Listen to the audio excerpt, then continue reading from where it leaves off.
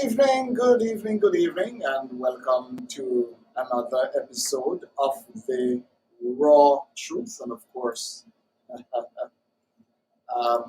it's a crazy start, perhaps, but yes, another interesting evening.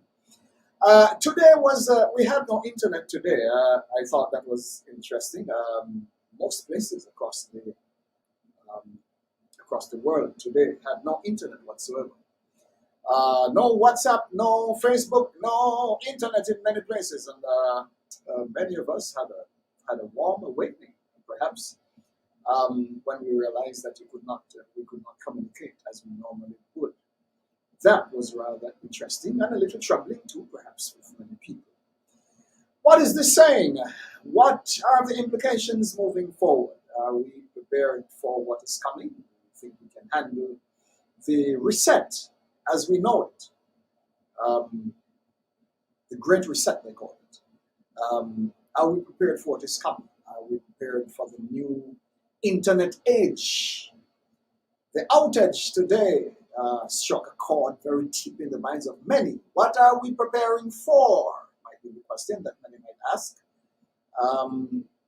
Are we ready for it? Are we ready for the Great Reset? Share this with your friends. Please be sure to share this because it gets a little interesting here tonight. We have a very interesting guest with us, coming out from the British side. And of course, we have, I'm sure we have quite an interesting discussion lined up as we get into some of the tech matters tonight. And of course, that means that you need to share this. Stay connected, of course. Invite your friends over because I think most of what we're talking about tonight will have a lot to do with what is happening today, currently, right before your very eyes. Yes.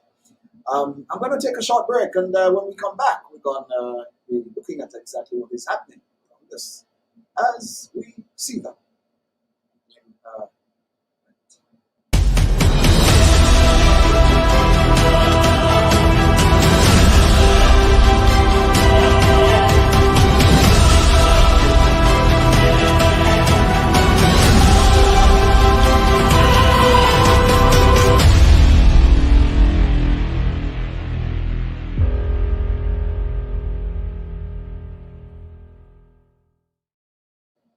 There is a very interesting position many people are taking nowadays, and of course, while many people see what is happening, many are still not even sure as to exactly what is happening. And it becomes a very serious matter as we watch the developments around us, as we look at the shifts, changes, and most of all, the mindset of our people, the fear, as we watch what is happening across the world, in a way that is absolutely very different to many. And while many of us realize that something is about to happen, not many people are able to quite put their fingers on it. And that adds to the suspense as many sit and wait, wondering what next is going to happen within our world. Quite an interesting feat as you look at what is happening in the supermarkets as well. The food is going. Many supermarkets across the USA and other parts are now without food on the shelves. Empty shelves in supermarkets, and of course people are encouraged, oh, don't worry, everything will be okay, don't worry, yes. But the housewives are actually saying, hey, we need food, we're not seeing anything here. What's going on? And many people, for that matter, not even taking it seriously in terms of storing food. This becomes a very interesting matter as we watch what's happening external to us, but we are not making any preparation for what is coming. And this absolutely makes it an absolutely very interesting matter. When you look at the tech side, what is happening in the tech world? What exactly are we bracing ourselves for? How will the banks manage this new age? What will our people be up for in relation to our financial sectors across the world? And how will we handle it? Are we prepared for the new age as we prepare ourselves for the jab? It's either you get jabbed or you don't get your food or you don't get your money in the bank or what. Is that what it's coming to? Quite some interesting questions, yes? We have with us a very interesting guest, and of course, he's coming to you out of Britain. And of course, this is his first time right here on PSI Network. Let me welcome our guest, and I'm not sure if I get his name right. Astehmari Batekun, is it? Forgive me if I messed it up. All right. We are not hearing you at all. I'm not sure why we're not hearing you. Okay, can you hear me now? Oh, welcome, brother. You're back. Okay, thank you for having me. Welcome. I'm Astehmari Batekun. Yes. Yes, there you go. Pleasure to be with you. Absolutely. A lot is happening, my brother, and when you look at the reality across the world in relation to how we position ourselves for the change, how we position ourselves for the reset, many people are not even aware, not even understanding what is happening. All of this may come out in this evening's discussion, but as a tech person, one who is versatile in the art of technology, tell us a little about what you do to begin. Help us to understand who you are. What are you into? Talk with us. Okay, well, understanding. Well, I would like you to get the idea. I don't really use the word understanding so much, but thank you for having me. I am Astehmari Batekun. I'm from Peoplescience Intelligence Unit. We're based in the UK. It's a research organization and a marketing organization, and one that is something of a think tank around the interests of African communities globally. So we have a history of carrying out research that has been helpful to various enterprises and community projects and global ventures. We support a trust called Abundant Centres UK Development Trust, and also an emerging project called Ecosystem Arts. So I'll be happy to speak to those things maybe later on. One of the things I thought we would speak about today is crypto assets and what those are. And this is basically an introduction. Amazing. And looking at the whole point of the matter of cryptocurrency, which I think you're quite versatile in that area as well. The whole development as it relates to the new age of the financial industry, as we examine that as well, in relation to what is coming on across the world. What are you seeing? Give us a little synopsis as to what's been popping in your opinion. Talk with us. Okay, so there is a lot of development, and I think the simplicity of it is that everything is being disrupted in regard to this new era of internet.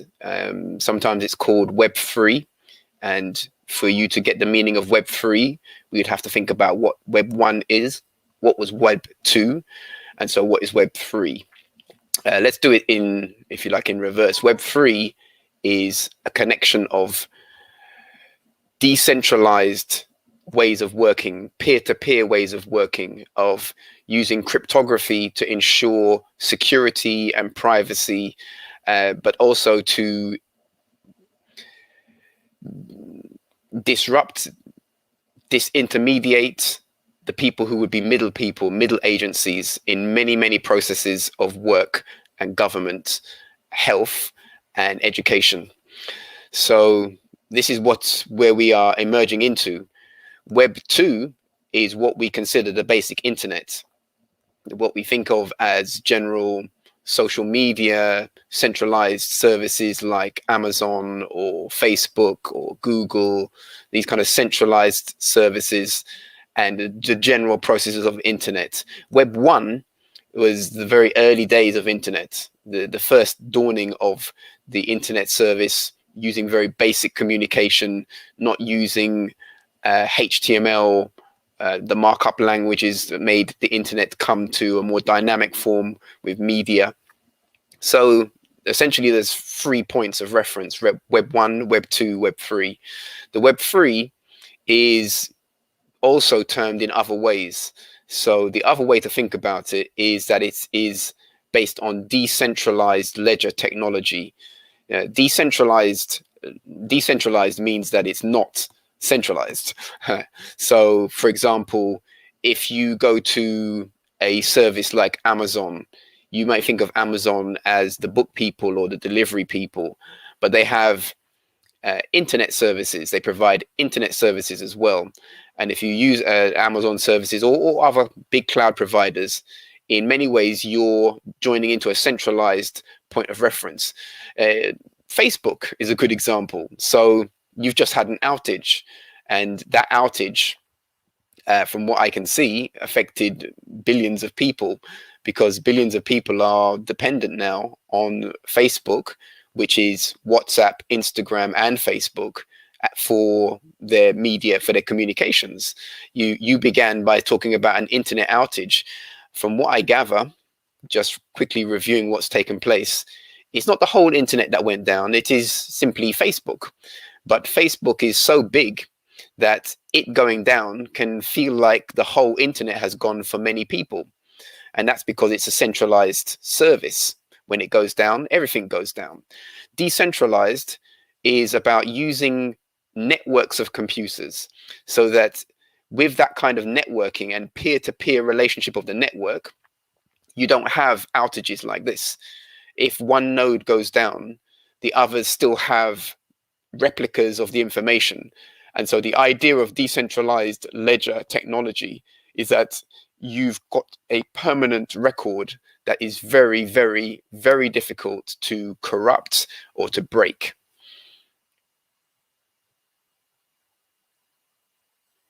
Do you have any questions about that?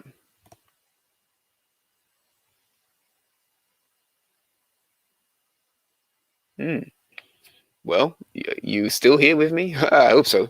Anyway, so decentralized ledger technology is an overarching term. It contains the thing that people call the blockchain. When people say the blockchain or Bitcoin, these are things that are within the heading of decentralized ledger. So decentralized ledger, you can have different types of decentralized ledger, and blockchain is one of them, and Bitcoin is an example of something that is built on the blockchain, which is part of a decentralized ledger technology. There are others, not to get too technical on it, but there are things called DAGs, which are direct acyclic graph technology, which is another way of recording information into a peer-to-peer spread out network of nodes, so that the chances of losing data or records being falsified are very, very difficult to do. That's the benefit of a decentralized ledger technology, that it's hard to corrupt it, it's hard to stop it, it's hard to disrupt it. So this is what is upon us. We are in this new age. Some people are realizing it by experiencing what's happening with crypto assets. I'm using the word crypto assets instead of cryptocurrencies, because cryptocurrencies is a slightly confusing term relative to what it is. The better way to think of it are that they are assets. Crypto means that it is secret. Crypto, the word crypto relates to secret or cryptography, which is basically a codification to obscure information. So crypto assets are hidden assets. Cryptocurrency are secured assets, secured by very advanced codes and algorithm puzzles that need to be resolved in order to solve that. It takes a lot of computing power to do it. It requires a lot of engagement between networks to solve these cryptographic keys or puzzles, and therefore it's hard to break it. It's hard when something is put into a system like that. It's hard to corrupt it. It's hard to enter it without the right security, the right keys to do that.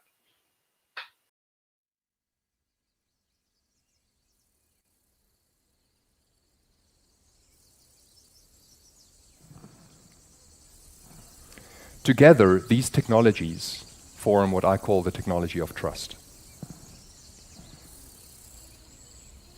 They will enable ordinary people to communicate, to come to legal agreements, to build products and services, and to trade without interference from third parties.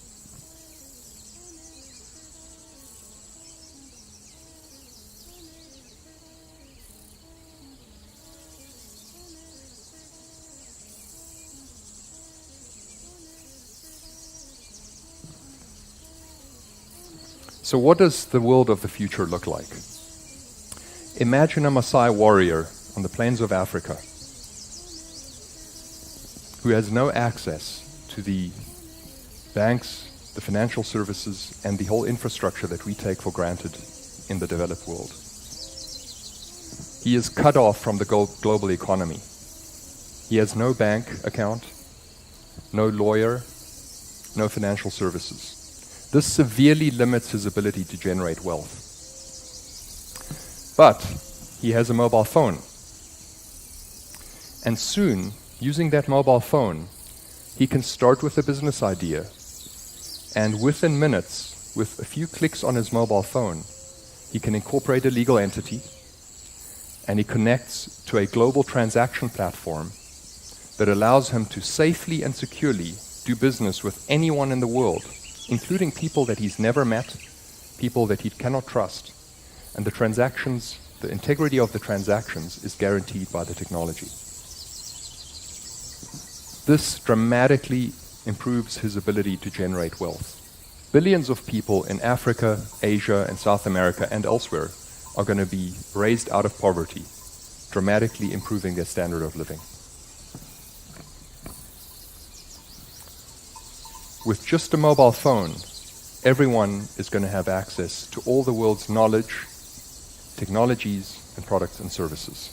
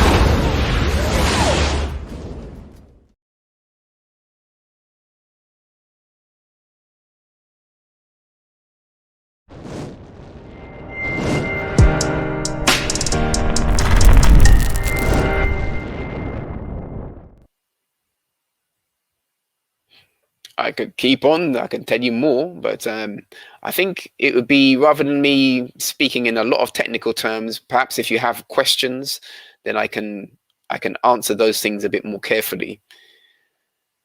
What I would say while we're sort of waiting for that is that the current hype, the current sensation is around cryptocurrencies, because many people are realizing that if they speculate on the cryptocurrency space, that a lot of money could be made. And so some people are speculating on it, and some people are making significant money, life transforming money through speculation processes. That has happened with Bitcoin. That has happened with the thing called Ethereum. These are two types of crypto assets, which are called cryptocurrencies commonly, but it's happened across many other crypto assets. There are now thousands of these crypto assets. And I think what I would like to convey is that whilst attention is on the speculation and the way that maybe the price, the apparent value or the price of each thing is going up and down dynamically, some people are making big money on it, some people are losing money on it. Whilst that is happening, I would like to focus our attention on the fundamentals of each one of these projects. I'm not going to go into the fundamentals of each project now because there's thousands of them, but simply to say that we should be, while we're trying to get a sense of what this is, we should be thinking about the fundamentals behind these assets or these tokens. A crypto asset can take several forms. It can have the form of what's called a utility token.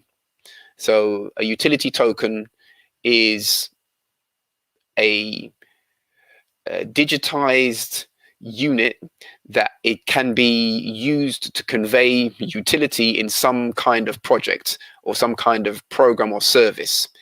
A crypto security is a different kind of token. This token is used to convey financial value. So in the world of crypto assets, those two things are carefully thought about as separate things: utility tokens and security tokens. You can also have tokens that are tokens that relate to platforms. In a way, they are utility tokens as well. So for example, Ethereum is a utility token. People trade it for value, for financial value, but actually it's underpinning a whole platform, and people are building other utilities and other tokens on top of that thing. So it's a utility token. There are tokens to do with what's now called the Internet of Things. The Internet of Things is about connecting all manner of devices through the internet. Some of you will know that many things are connected through the internet, things that you may not think of, like some things in people's homes, like lighting or even refrigeration or security systems, water systems, heating systems. Many things which are digitally controlled, which we know of like this, are now entering a space where they're being interacted with through the internet. And this has set up a situation where there are platforms to help with the management of these things, the Internet of Things. So in that space, there are tokens that allow people to access different kinds of services around these Internet of Things. Let me ask you this, sir, because many folks, as we know, are not even aware that as we speak, the world itself is moving straight ahead into the whole, if possible, the digitization of everything at all. I mean, everything that we have around us. Now, it's very hard for some of us to even understand the magnitude of the connection currently via satellite, via our local internet services, via the gadgets we have around us, as you mentioned earlier. And that goes down to the very core of anything that can be connected to internet. You look at 2G, 3G, 4G. Now we're about to enter the 5G era.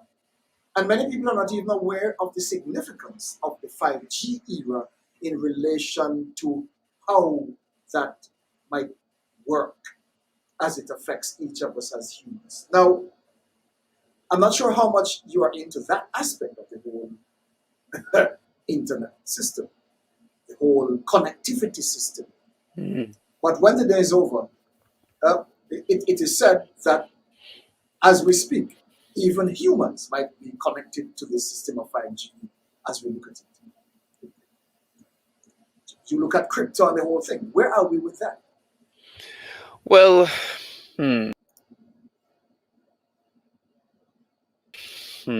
I tell you why I hesitate like this when you say 5G. You ask me a question like this. I administer various forums some WhatsApp forums and other social media forums. And it amazes me how consumed people are with the concerns of 5G, as well as obviously the global pandemic. But the 5G conversation, really, we're already deeply immersed into the internet. Most people in, let's say, westernized societies, Africans or others, everybody, are already deeply immersed into the internet. So the 5G, the arrival of 5G for me is not such a revolution. We've already passed the revolution. Well, look at what's happened today. It's nothing to do with 5G, but because one service provider had an issue with the thing called the DNS servers, or some matters related around this, which is some underpinnings of the internet and their relationship to that, because they had an issue, billions of people lost their communication. Now, that was only for a few hours.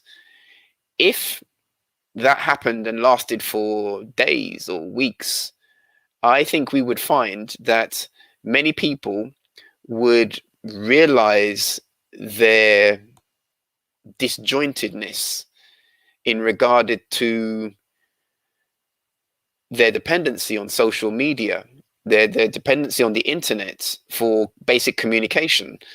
I observed a documentary, a student from Cambridge. He did some experiments to detach himself from social media, from all internet. And he took some very strong measures to do that. And he spoke through some of the psychological effects that he experienced in doing this, and his sense of detachment from people, and his sense of observation of how people are relating to each other through the internet without full mindfulness. As an example, this is an example he gave, which touched me. He was talking about when they had the terror incident in France, and that incident, he was doing this experiment at that time. And what he observed is that he didn't get full awareness of it for nearly 24 hours after the event, because most of the news coverage was covered on the internet, and that in reality, of person to person, people weren't speaking about it. People weren't talking face to face, person to person, in the human way about this major incident that was on all the news channels. It was only on the internet. So he came to realize that kind of disjointedness. And I think if the outage that you've just had for a few hours with Facebook, WhatsApp, and Instagram happened for a week, people would start to realize this disjointedness that we are living in as a normal condition. So regarding 5G, we're already in a dynamic relationship with the internet. Many people, many people, billions of people are already into this thing. And what 5G will do on a just basic technical level is increase the speeds of connectivity, so that things that would take an hour to download, maybe a big video or something like this, will take seconds to do. And so what that means is that the internet will become more absorbing in terms of living in the reality of the internet space, or the digital space, and placing cognition, thinking into this, and living dynamics, the way people live as human beings, placing more of that into that space will be easier to do because of what's coming with the 5G. Let me forewarn you, I'm not big on talking about like 5G and the conspiracy reasoning. I'm not really big on that. That's fine. But there's some simple basic technicalities, which is a basic reality of it, which I think everyone could agree on. Yes. And just for what I've said, it's big for this. But look at this, sir. you're touching on some sensitive nerves there, and I want to ask you this: do you think we have become too connected, too dependent on internet services? No, I don't think that's the case. What I see is that there needs to be mindfulness. We need to become radically more mindful about our presence. Trying to, I hear this conversation about the internet and the way people are relating to each other, and I rarely hear people present an alternative to the direction that we're going in. Now, there are alternatives, but I rarely hear sound presentations on this. So if we have a complaint about it, if we have a concern about it, then we should invest time on some solutions rather than just sitting in the complaint space. That's unhealthy. That's where stress comes from. When you lament on a thing that you think is a problem and you have no sense of solution. So we don't encourage that. We have to think through it. And what I think is the opportunity is to be radically more mindful, and then to harness the space, the technology, the knowledge that's behind the technology to augment better ways of being. Yes. Listen, sir, we're going to take a very short break. We're going to take a short break, and when we come back, we're going to be looking at, we're going to flip the page in relation to what is happening with this internet craze, we call it. Many people are wondering, are we going too far? Right now, we had a break in the internet services this evening. Goodness peace, most everybody was like fish out of water. Goodness gracious, what's happening here? Hey, we come back in 2 minutes. Don't touch the dial.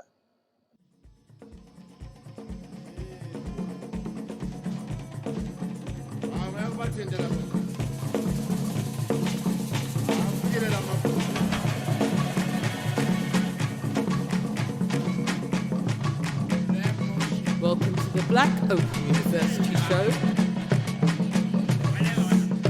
We're building education from an African place of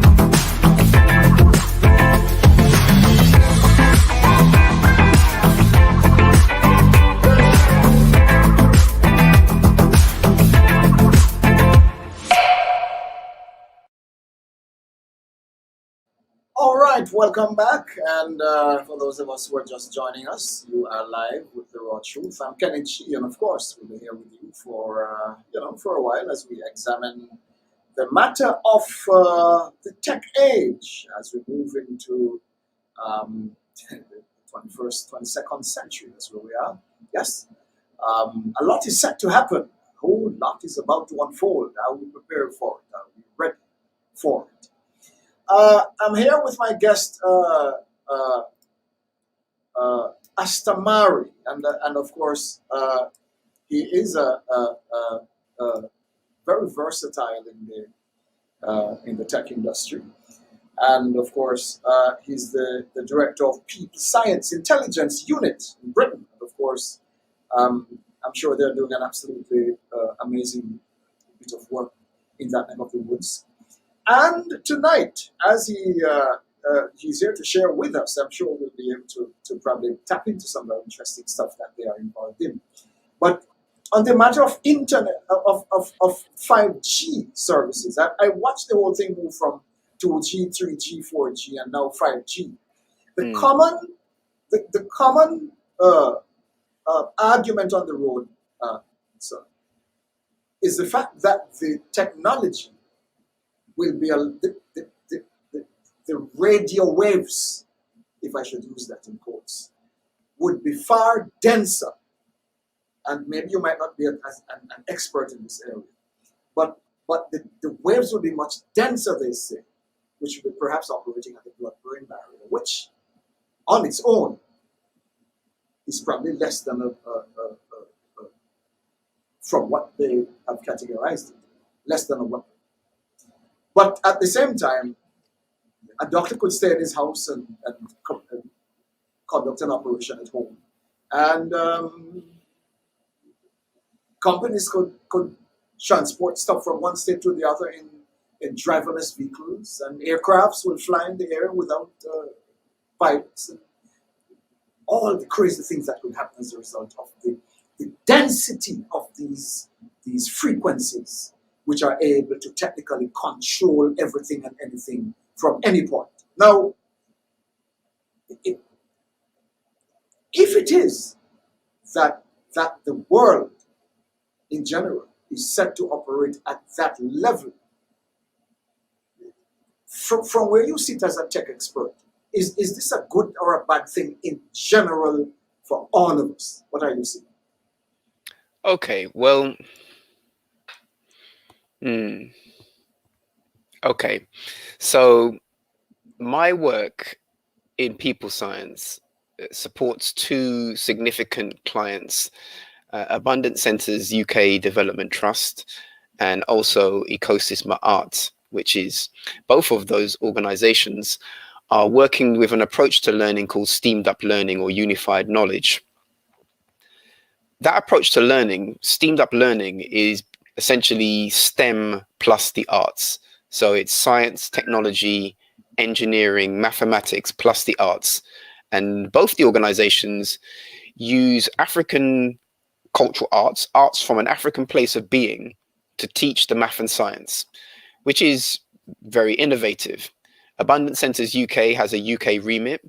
Ecosystem Art has a global remit and is focusing on Pan-Africa as a starting point of its development. So people science supports those entities with some of the infrastructure. We have forums, and those forums are to encourage people to engage in STEM and to approach it from an African place of being. As I said, many people speak about 5G in our forums, and they're critical about it. They have complaints, they have concerns. It's right to have questions. So what we did, because we're a STEM organization, we crowdfunded some equipment to measure the electromagnetic field. We bought equipment for this, and then we offered that to our members to use the equipment to actually study the electromagnetic waves like this, the frequencies that come from the towers or from emission points, but more importantly, to get a more practical, basic knowledge of what's being spoken about. Because this is really, for me, this is the bigger issue than any sense of health issue from 5G. Before that, and I'm not saying there is going to be a health issue or there's not going to be a health issue. I'm not commenting on that.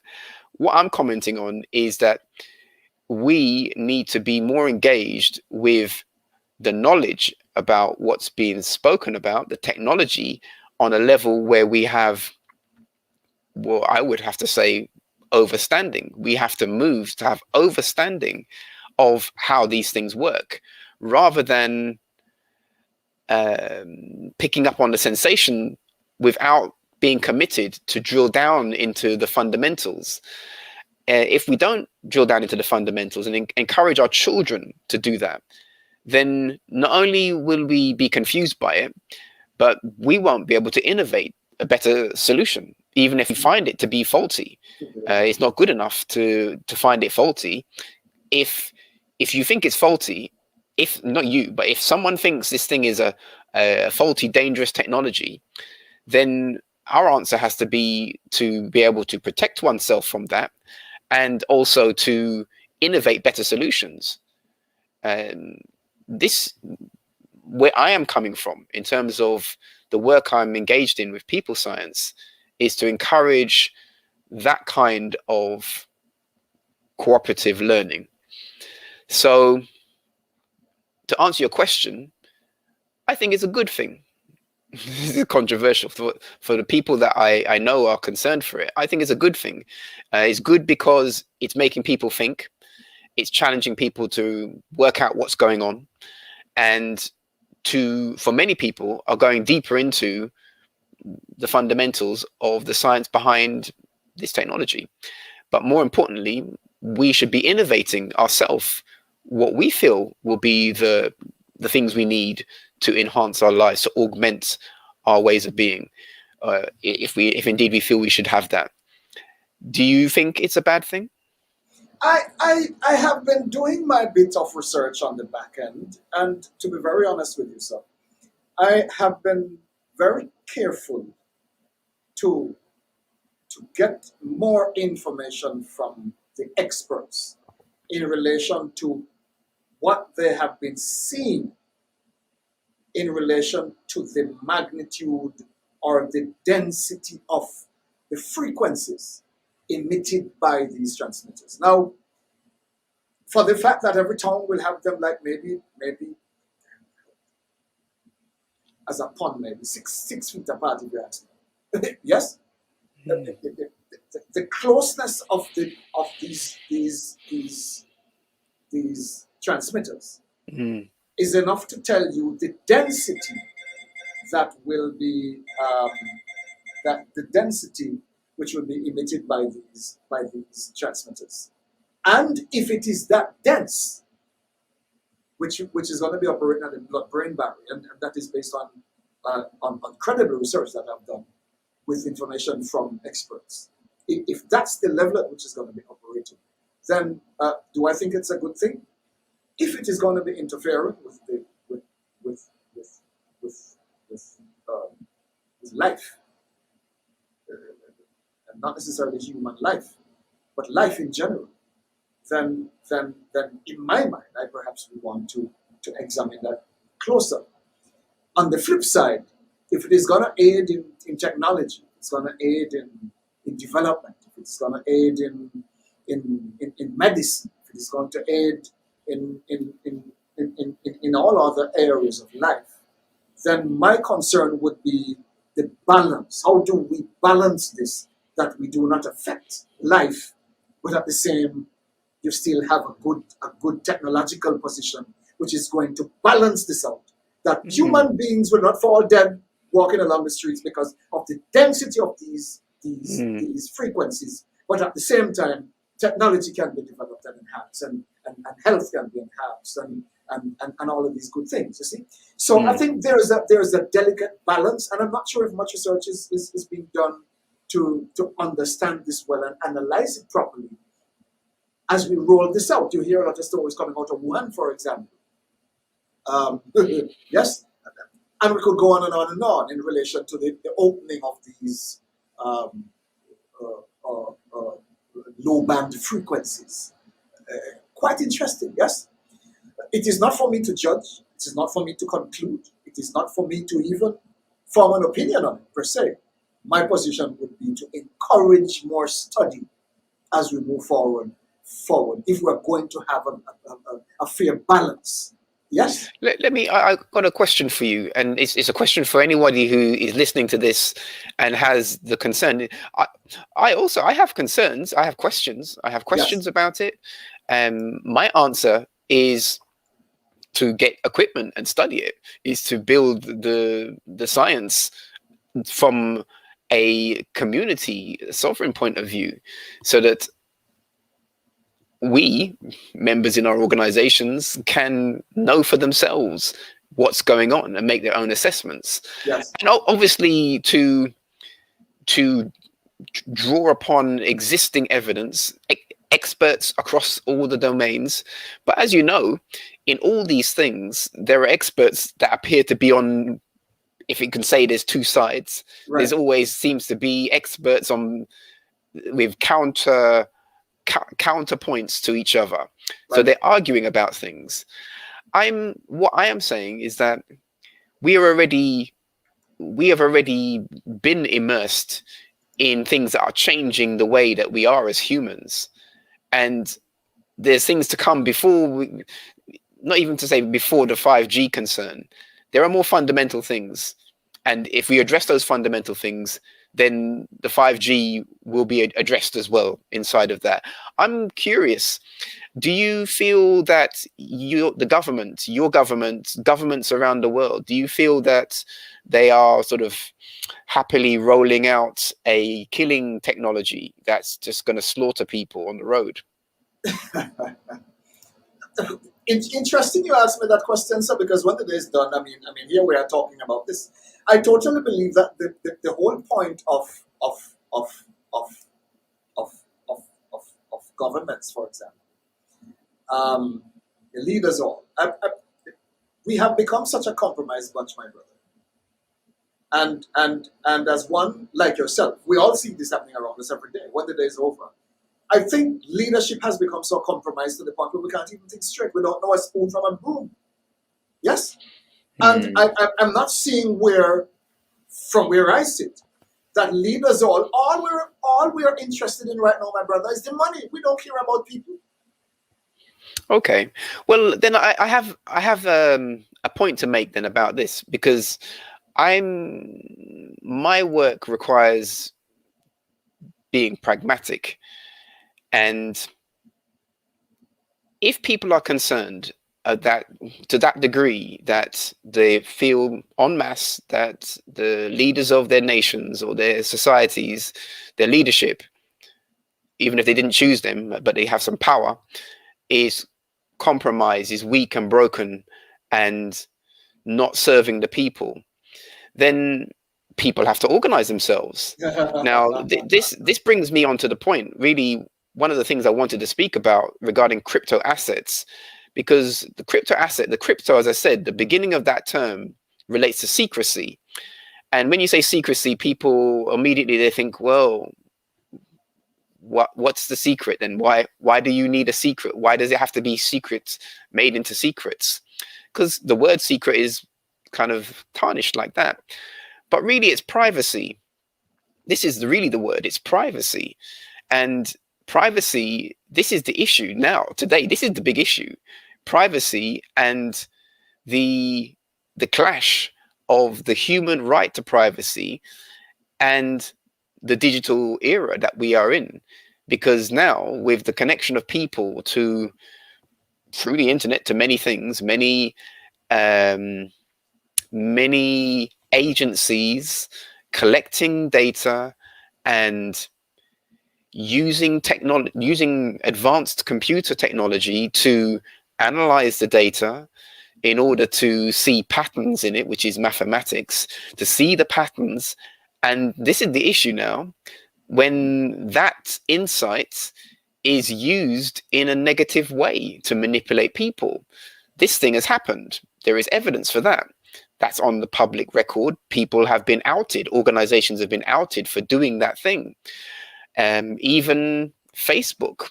Facebook is just recently, someone who worked for them has leaked some material showing that Facebook knows that young girls are damaged by using Instagram psychologically. And this is corporate knowledge spilled out into the public domain.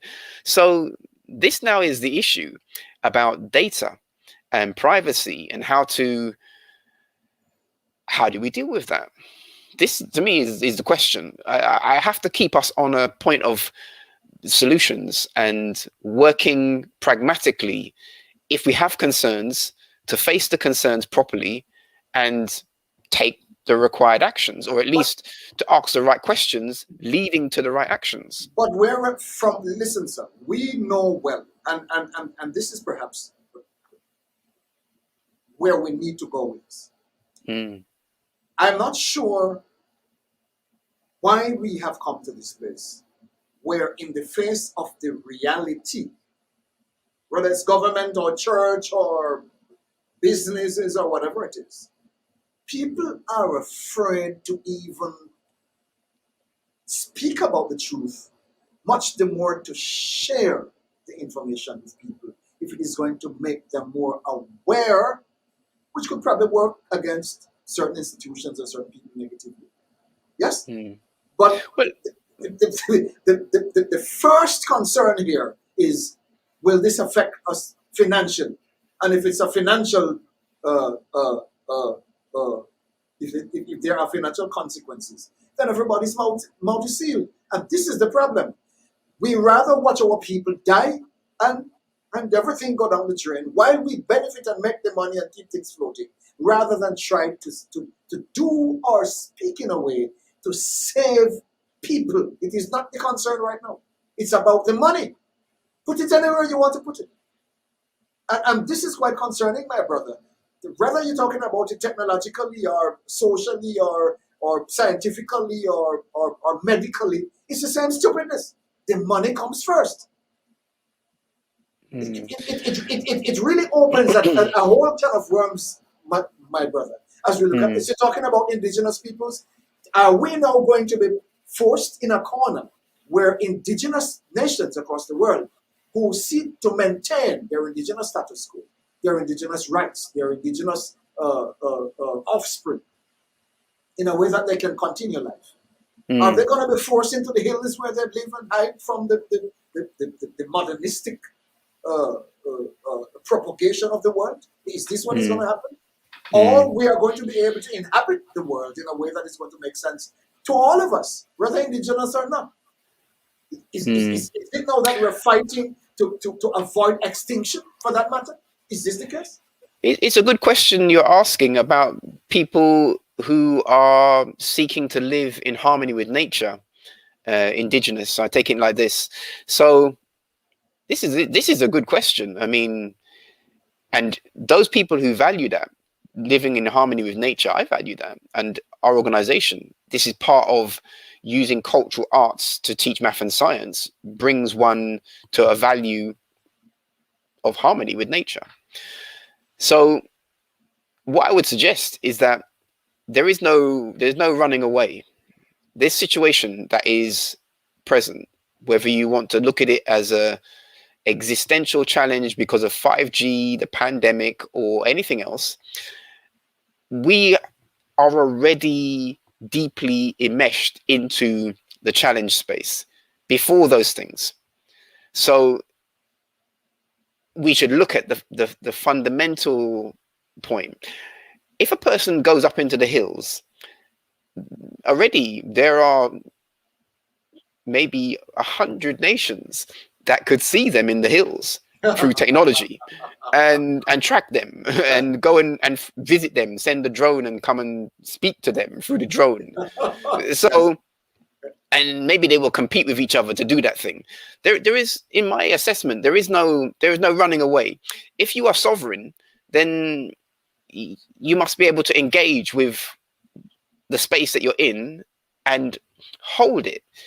Now that's the challenge, because you began by saying you don't know why people are kind of ignoring this thing. It's because humans have changed their dynamic already.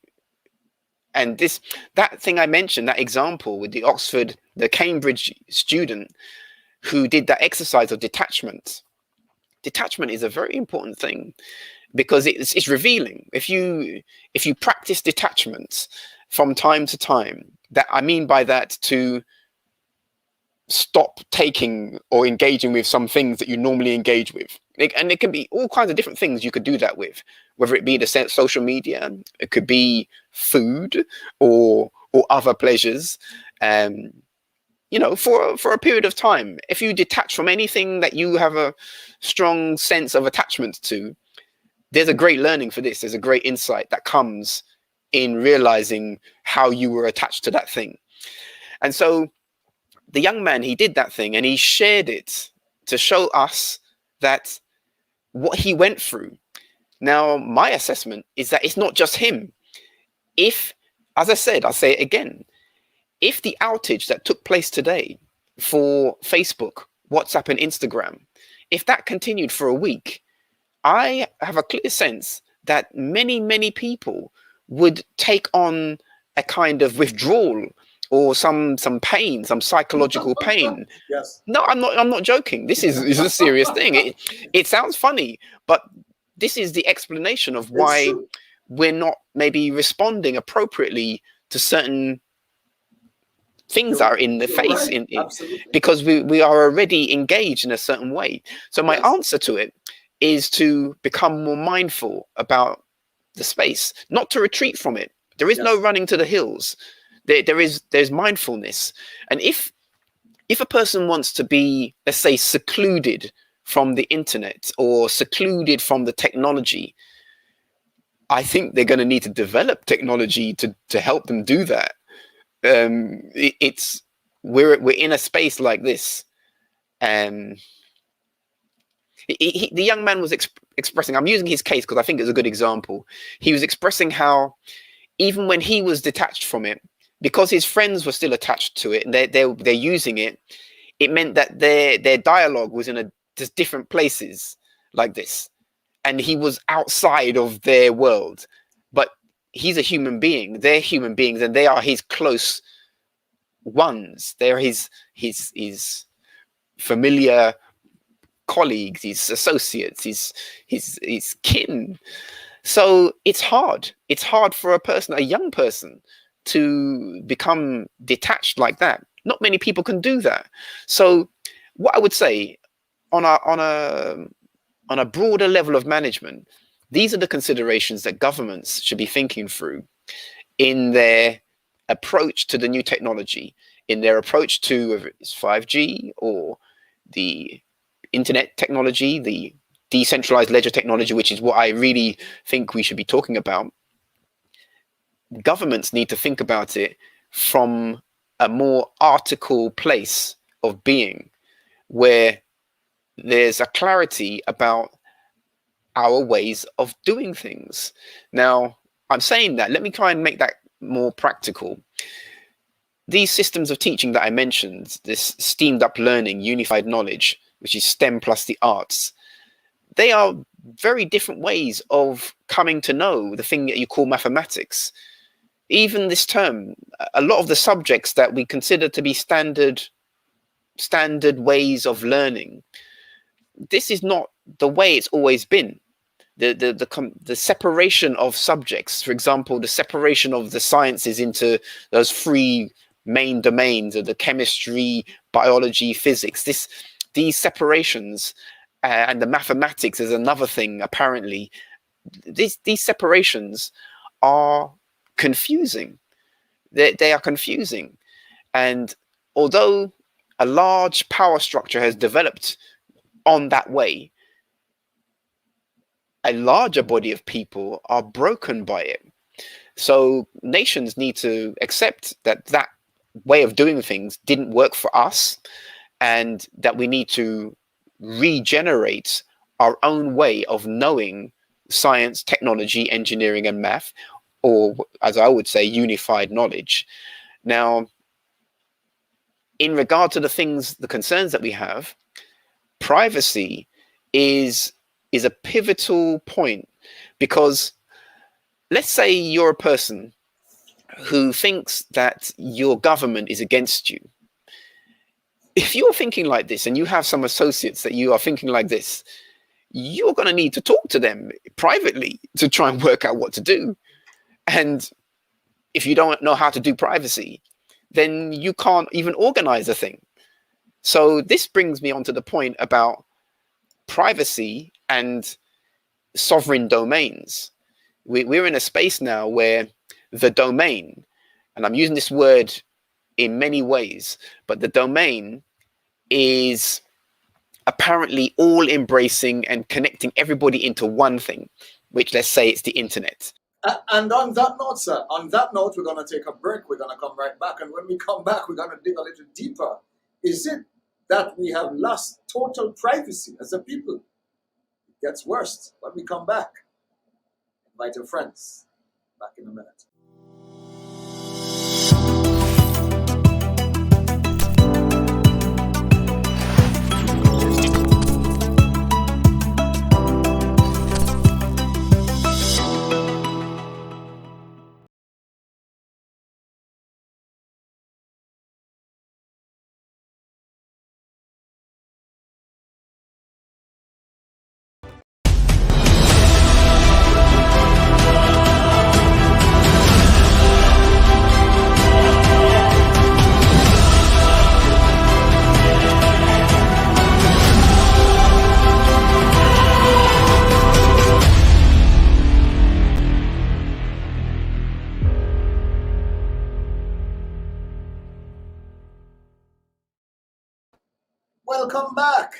And of course, it's another Monday evening, a very special one as well. And this evening, well, most of today, I'm not sure where in the world you are, but we had a total blackout. Let me welcome all our friends who are back. I'm getting some messages where some of our friends are telling us that they were off the internet for a while. I'm not sure how the hell we're going to manage if the internet should go, because, I mean, we have gotten so accustomed to this thing that if it goes, gosh, it's like we're out of water, like fish out of water, right? Yeah, man, a lot of us will have a tough time dealing with it. Have we become too climatized to a system that is currently moving in a direction which is beyond us? Do we even understand the seriousness of the addiction that we're currently experiencing? And along with some of these questions come some very interesting concerns as we explore these thoughts tonight with our very special guest, Astehmari Batekun. I hope I got that one right again. Astehmari's fine. It's okay. Thank you so much. And it's very interesting having him here. He's actually the director for Peoplescience Intelligence Unit in Britain. And of course, very involved in technology. It becomes a very serious matter for him as he continued to examine and experiment with the new technologies as they come out. And I think one of the problems we might be having at this point is the matter of privacy.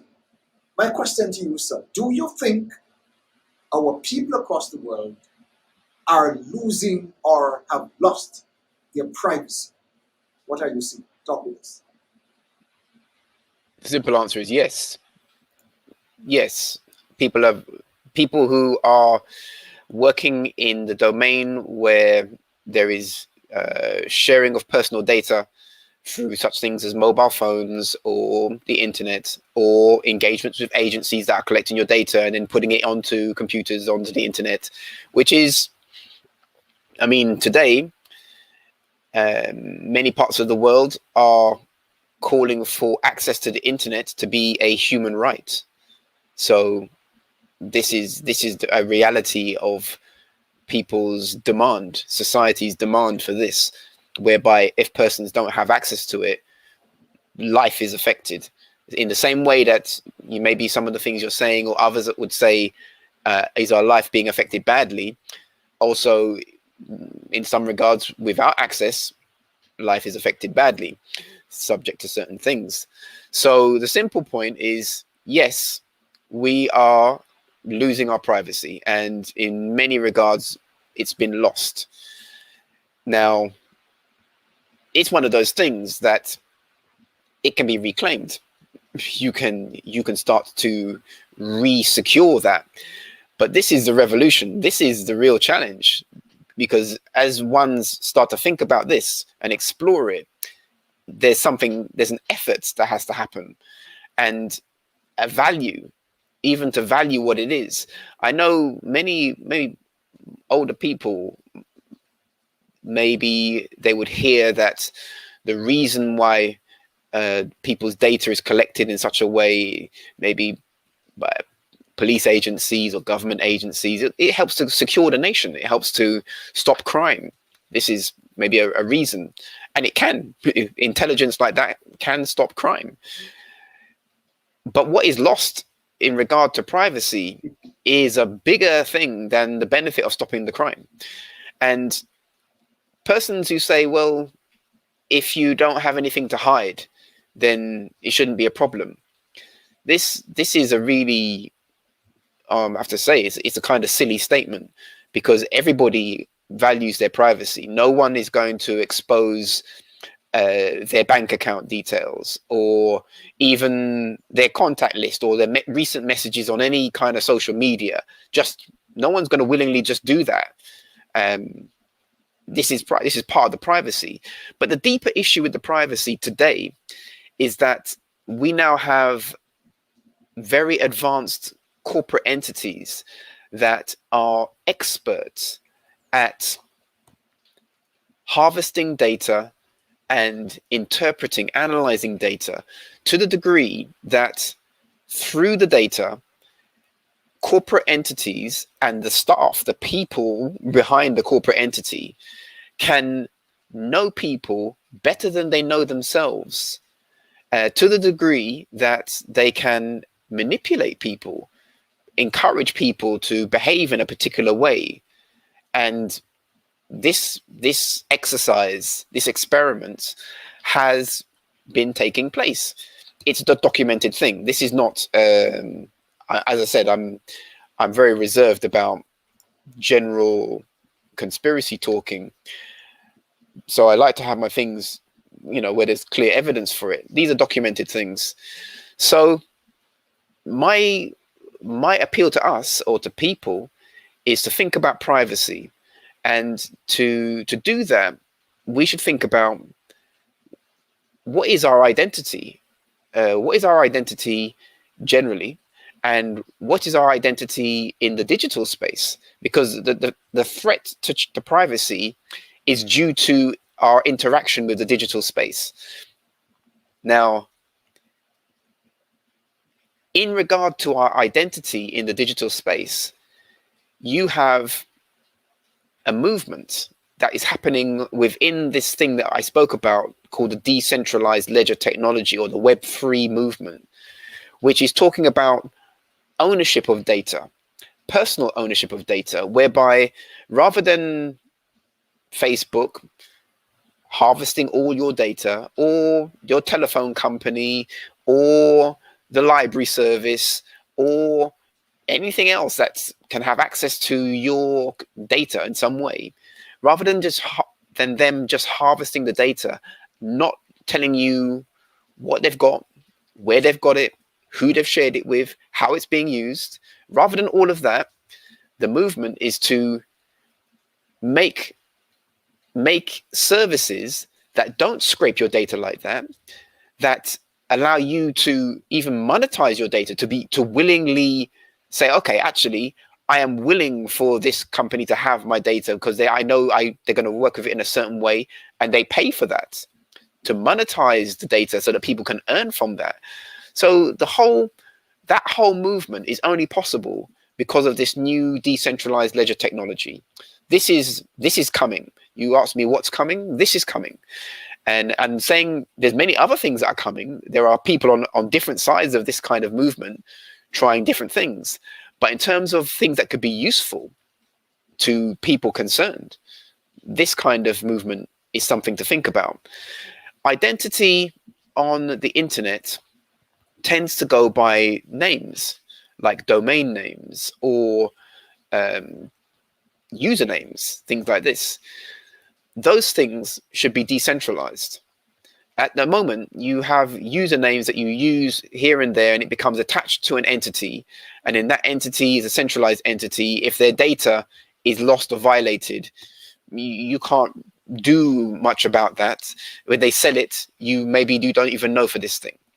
Whereas if you have a service that is decentralized and you opt into that in the right way, then you can know what's happening with the data.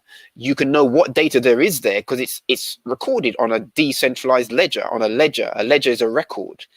So whatever information is there, it's recorded in a space that is transparent. So this is a better system.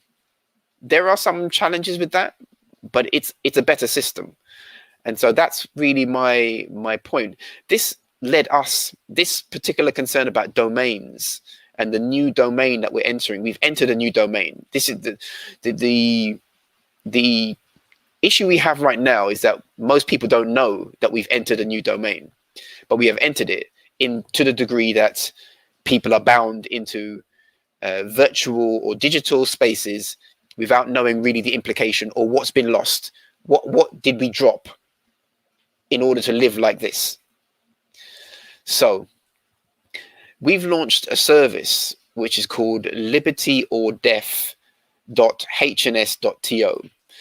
It's a website, libertyordeath.hns.to. This service has been set up to secure domain names that are secured by Web3 technology to be decentralized.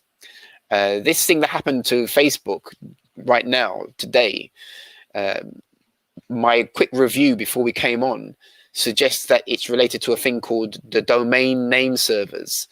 And these domain name servers are part of the infrastructure that allows a person to type in a name and have it resolved to a specific computer where the information is. Now, that whole system is a centralized setup. There are central authorities controlling the naming registrations. There are central authorities controlling the data centers where those those DNS servers are. And so if one goes down, the whole thing is broken like this, or large parts can be broken. But generally they don't go down. They work. But it means that also the data that goes through them is being held in a centralized space.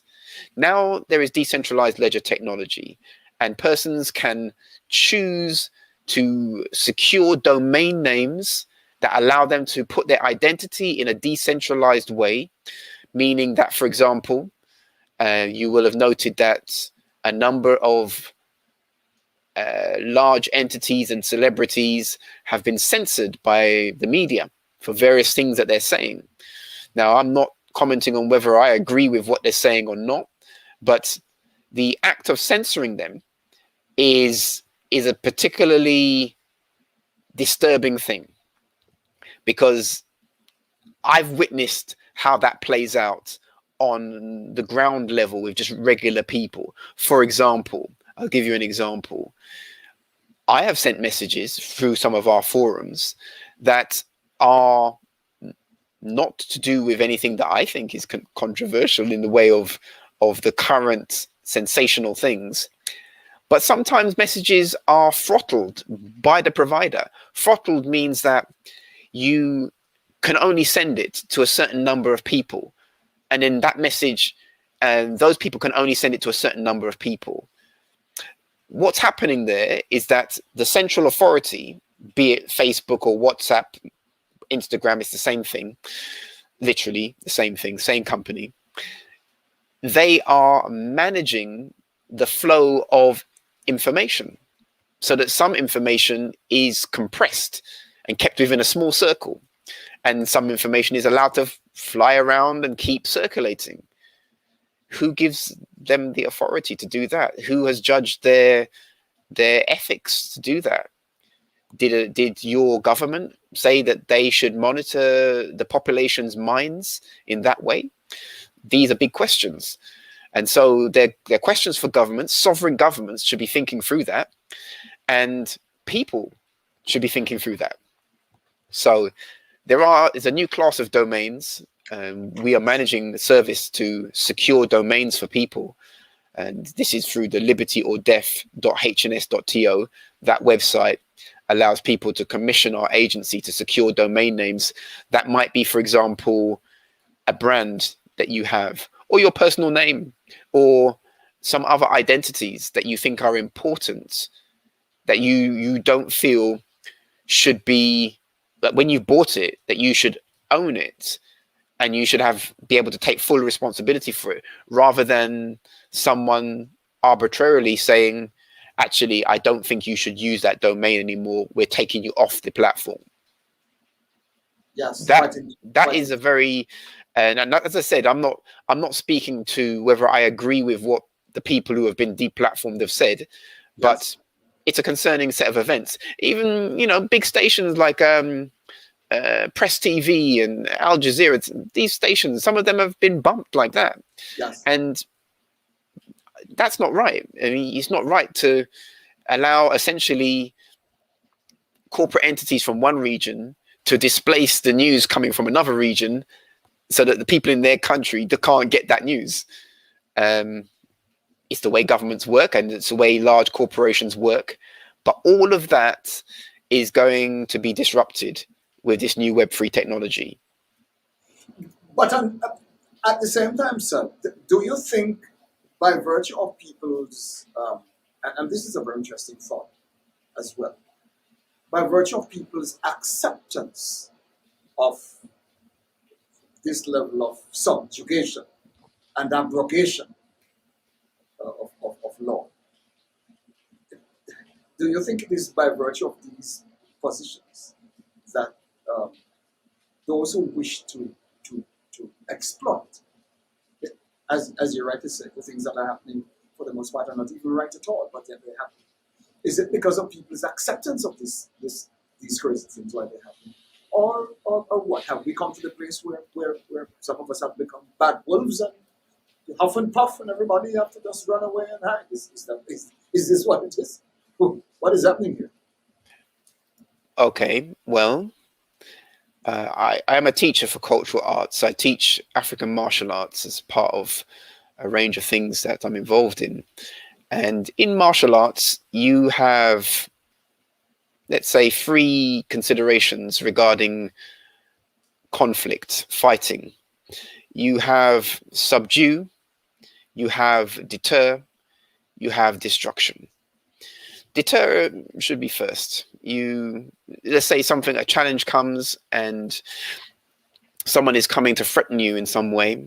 Maybe you can tell them to stop, and maybe this will deter them.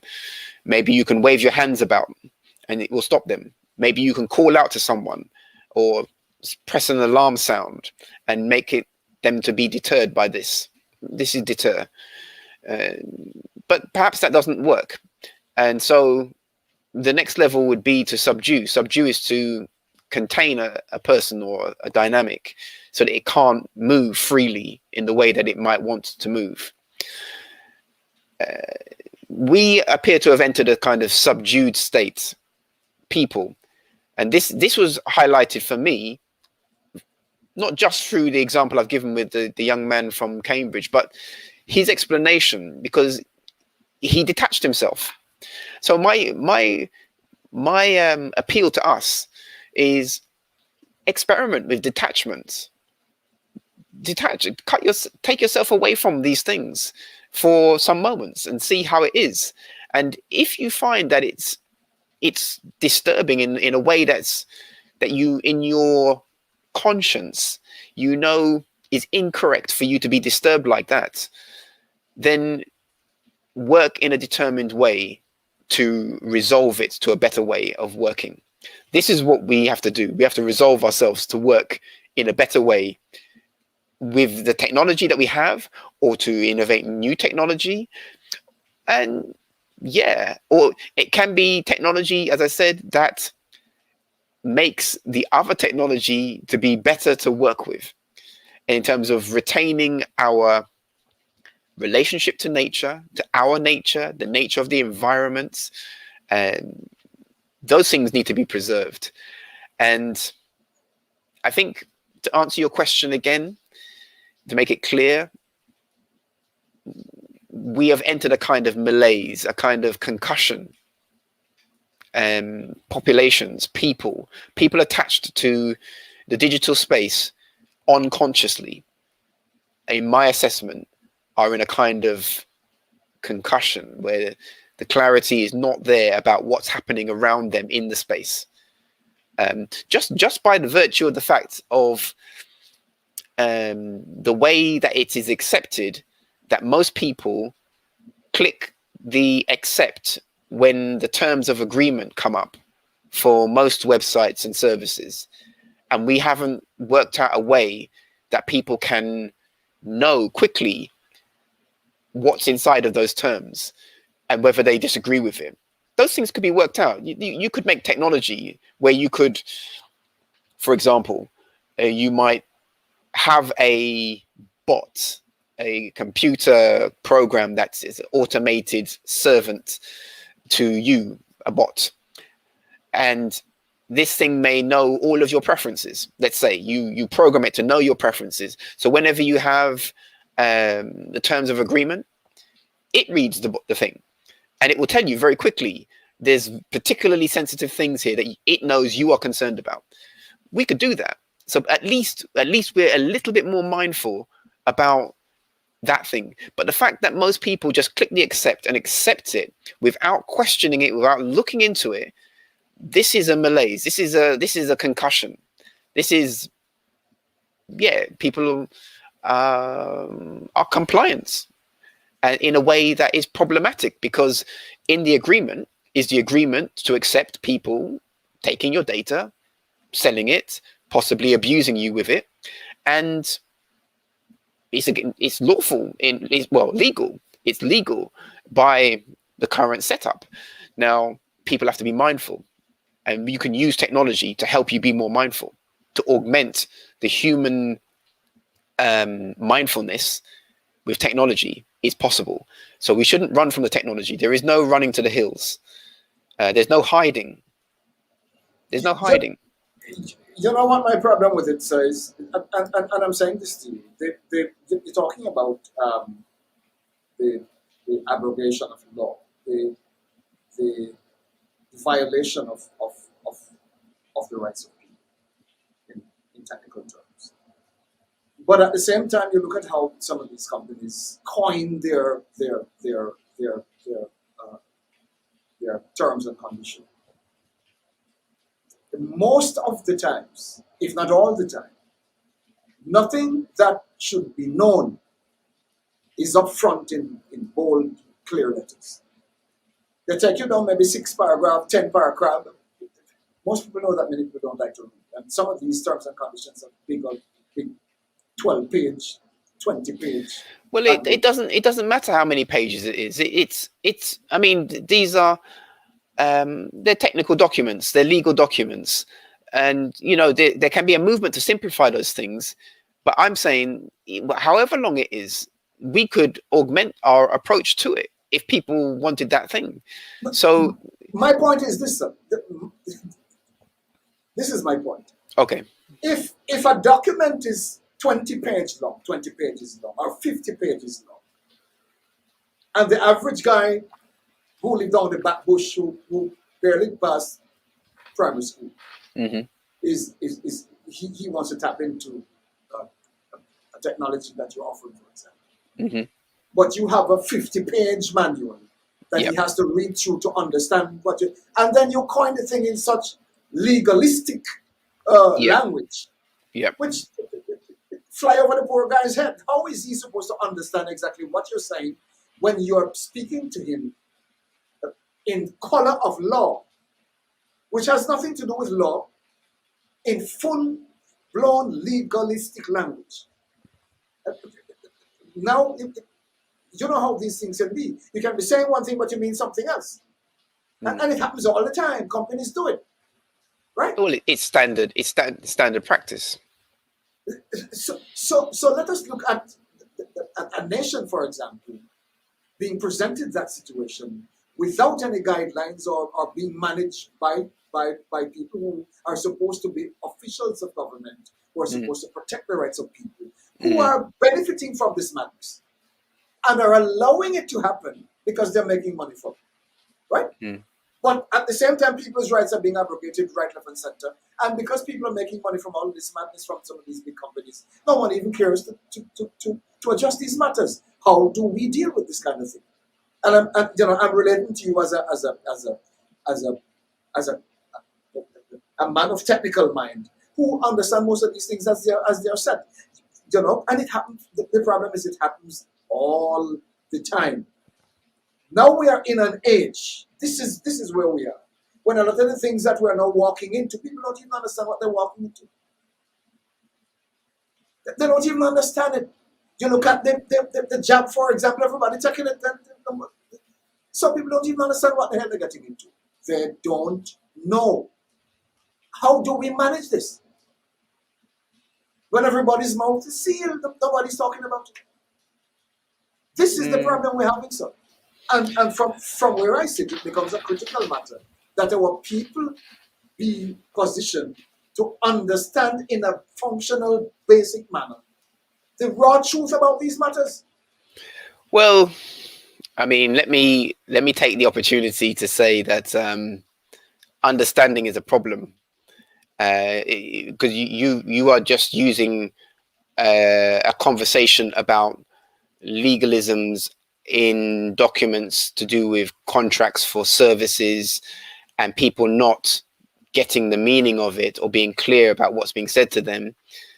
but the legalese is that the person who wrote it wants the reader to understand it, to be underneath that thing, under that guidance or that law. We need to overstand the document. And so I think I've answered your question in regard to a possibility that we could use technology to help us with that. Or if that technology doesn't exist, we should appeal for it. We should seek it. And at the same time, there are, as I said, a lot of these things would be best served in terms of serving the people or helping people by government. So if people have the concern, that concern should go to government, and government should take counsel from people who are clear about what needs to happen or ways to work with technology from our own place of being. I think part of the issue is that we are approaching this whole domain outside of ourselves. And we've had several generations of coming to work with technology outside of ourselves, without our own, and I'm speaking in terms of being an African, coming from an African place of being, and what does that mean regarding some of these technologies? For example, let's take it to even a more fundamental level of some of the technology, like you might go on a website, you sign up for the website and you join in, and you don't read the terms of agreement and you get the service. But let's talk about the actual coding to build the website, and the language that was the language of the code that made the website. Even these things have been largely developed from a specific cultural place of being. And within that, because it has such a heavy cultural bias, there are issues for that. There are problems. And this thing is playing out in all manner of anti-bias movements to remove bias in systems. Right. So really, the answer to this is for us to embrace our way of doing technology and come up with the answers that suit us, that suit our integrity. In my assessment, there is not much point in asking these corporate entities to change what they're doing. They're not going to do that. And the opportunity with the decentralized ledger technology is to build platforms that, one, are more transparent and give sovereign positions to the users, respect the users in a better way, peer-to-peer relationships, and remove middle persons who don't need to be there now, because technology allows a more direct way of communicating around our resources, our values, the communities that we want to keep and establish, the ways we want our governments to work. Yeah, we have the answers, are there in hand, but to get to it, we have to deal with the science, the technology, the engineering, the mathematics. And to do those things, we can't do them from the standard system way of doing it. The way that we think it is, I can tell you that is not the right way. That is not coming from an African place of being. And even the world doesn't know the African place of being for modern technology where you have many institutions working at high levels from an African place of being, bringing forward the math, science, technology, the engineering. That when that happens, as that starts to take its correct form, then we'll have the software that we need. We'll have the answers. If, for example, you have concerns about 5G, if there is a benefit to 5G, then we should be able to harness the benefit without killing people. If you are suggesting that maybe that's what's going to happen, but governments shouldn't let that happen. They shouldn't let any technology come into their space that's going to kill the people or the population or the plant life. It's obvious. And if they're doing that, then people are not going to accept it. And in the process of not accepting it, those people will need privacy. So it's a kind of circle, and we have to work out on a simple level is work out your privacy. What is your how decentralized are you in this digital space? Let's take a break. When we come back, we're going to be wrapping up with Astehmari, tech expert, here with us out in Britain. And of course, this is an absolutely interesting discussion we're having right here. Don't touch it, we're coming right back.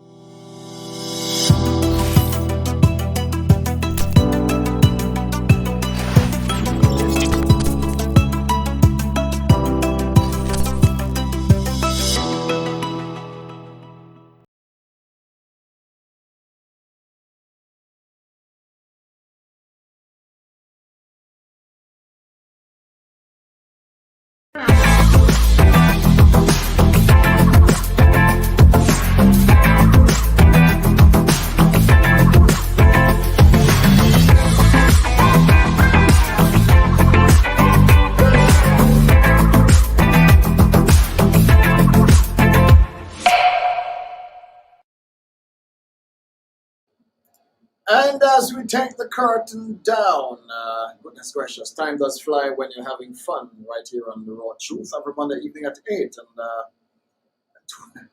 time really flies when you're here. We have with us Astehmari, an amazing tech personality. And of course, he has been doing some amazing work in his neck of the woods. And of course, he's here tonight to share with us some of his thoughts in relation to the latest developments across the world. The loss of privacy, execution of technology in ways that are unconventional, perhaps even. And when the day is over, how does that affect our people? How does that affect humanity in general? How does that affect the lives of everything around us as we move into the 21st, 22nd century? Yes, 2021, 2030, the new agenda. How will that impact life on Earth as we know it today? Are our people prepared for what is coming? Do they even understand it? Are they doing enough research? Are we doing enough research to prepare ourselves for this? And if so, what resolve do we have in place where adversity becomes the norm? Let me bring Astehmari back here, because when the day is done, this is about his final thoughts. Looking at it all, my brother, what would you leave on the minds of your people at this point? Talk with us. Okay, well, we've touched many things, and I think I just want to reiterate the privacy point and the opportunity to think about that and to look into decentralized ledger technologies. Now, there are many projects and programs coming up through this. And when you start to look at it, the first things, if you're new to this, the first things you will see are that there's a lot of speculation around making money through this. And there are opportunities to do that. And there are opportunities to lose money in the same way as well. But I would urge people to just explore the space generally, because for sure, our children are going to grow into this space. And the decentralized domain, it's already disrupting many things. It's things have been disrupted, but they are like a tree that has died, but still is appearing to stand. But it's hollowed out. Its wood has decayed, and it doesn't take much for this thing to fall. So there's a lot of disruption like this. We should get on board with the change that's coming forward, and this is a challenge for all areas. People find change challenging. It is challenging, but there's an opportunity inside of it. So think about your identity on the internet. What is your identity on the internet, and how centralized is that? How dependent are you on particular services to do the things that you value doing? Are the things you're doing on the internet valuable? I mean, if time spent on the internet is mainly for social pleasure, then your social pleasure is feeding data. That's what's happening. The companies that are social media companies should be properly named data harvesting companies. And if you have concerns about some of the issues that we have spoken on today, then the solution is mindfulness and detachment and securing your own. I would say, let me speak to some of our clients. We have a number of types of clients, and there are the larger organizations. I mentioned two of them today, but there are individuals who are clients in terms of securing domain names that are decentralized. If you are a person who does not want the things you do on your website, or you want some presence on the internet that is not easy to disrupt, then you should think about decentralized domain names. Now, this is our service in terms of the liberty or deaf.hns.to. There's a service there which is about securing domain names. If you are an individual who's thinking ahead, just simply you want to secure your name as a domain that is sovereign, then this is an opportunity for that. Domain names, we didn't get to speak on it today, but domain names they meet another thing that's happening in the decentralized space, which is called NFTs. NFT stands for non-fungible token. I had spoken about tokens at the beginning of this. We talked about crypto assets and that there are different types of assets: utility tokens, which is a type of crypto asset, and security tokens, which is a type of asset, and platform tokens and Internet of Things tokens. These tokens, these are like digital code that can be transferred and convey different kinds of value. People label them currencies, but asset is a better term. So a domain name that is unique is also a type of token, and it can be classed as a thing called a non-fungible token. If you have money, you have some paper money. If I have £1, I can take that £1, someone can give me another £1, I can swap my £1 with their £1. The £2 are exactly the same in value. But that thing is fungibility. It can be exchanged like this and keep the value. Non-fungible means it's unique. If I had £1 that had a diamond stuck in the middle of it, this thing is a unique thing now. And so it's not the same as another £1. Domain names are non-fungible tokens. And in this new digital space, even domain names are taking on greater value, like a brand. So if you have a business that you feel should not be disrupted in terms of internet domain name identity and this kind of thing, or you simply want to secure your name, the things that you value, then this is a service that we provide, and people should investigate it. securing top-level domains, securing decentralized domains so you can own them yourself. You're not having to pay renewal fees for them. You're having a way of having better security. This whole DNS thing that took place just now with Facebook, WhatsApp, and Instagram, this thing I'm talking about works on a different kind of DNS infrastructure, which is decentralized. So it's the future. That's what I would say. That's what I'd like to leave us on this point.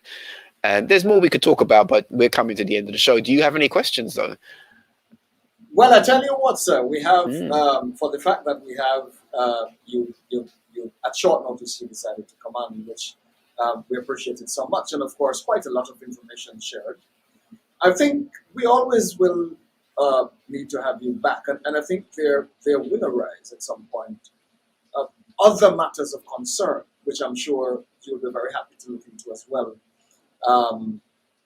even at short notice, because I think by virtue of the fact that things are swinging as fast as they are, and the whole tech circles are shifting so drastically, it now creates a situation where we need to stay on top of all the changes as they happen. So, welcome to the platform, my brother. This won't be your first time here. And of course, we look forward to having you again as we look at other matters of concern in relation to what's happening across the world. Thank you so much for coming, my brother. Thank you. Thank you for having me here. Always a pleasure, whatever it is. Whenever, of course, I'm sure you'll hear from us. We'll give you a shout, and we look forward to having you again. Thank you so much for popping in. Thank you. Hashima, respect to you. Respect, my brother. And for those of us who joined a little later on, I know that most of us had a blackout today, as my beloved brother explained. Certain things in the whole infrastructure gave way, which of course had to be attended to quite urgently. And of course, lucky for most of us, we're back on. Yes, lucky for you, you're here. You would never be here if Facebook was not back up to allow us to be here. So yes, we're grateful that they were able to resolve the matter. And of course, the Raw Truth continues. It becomes a matter that we continue to present here, right here on the Raw Truth, every Monday evening at 8 o'clock. All the happenings around the world as they happen, we try to give you a clear picture as to what is happening right here on the Raw Truth. Remember, not everything is what they seem to be. If you really want the facts, do some research, ask questions, seek, you shall find, knock, the door will be open. And of course, remember, he that humbleth himself shall be exalted. But if you lift yourself up, you will fall. I'm not sure you understand that. The word says, let every man think not of himself to be something when he's not. I think it boils down to that. Yes? Keep it cool. And as you grow, you'll become. Yes? Keep it cool. You will grow and become. But when you think you are it, and you are nothing, terrible position. Peace. Keep it safe. Until we catch up with you next week on the evening, the very best to you all. Until then. So long.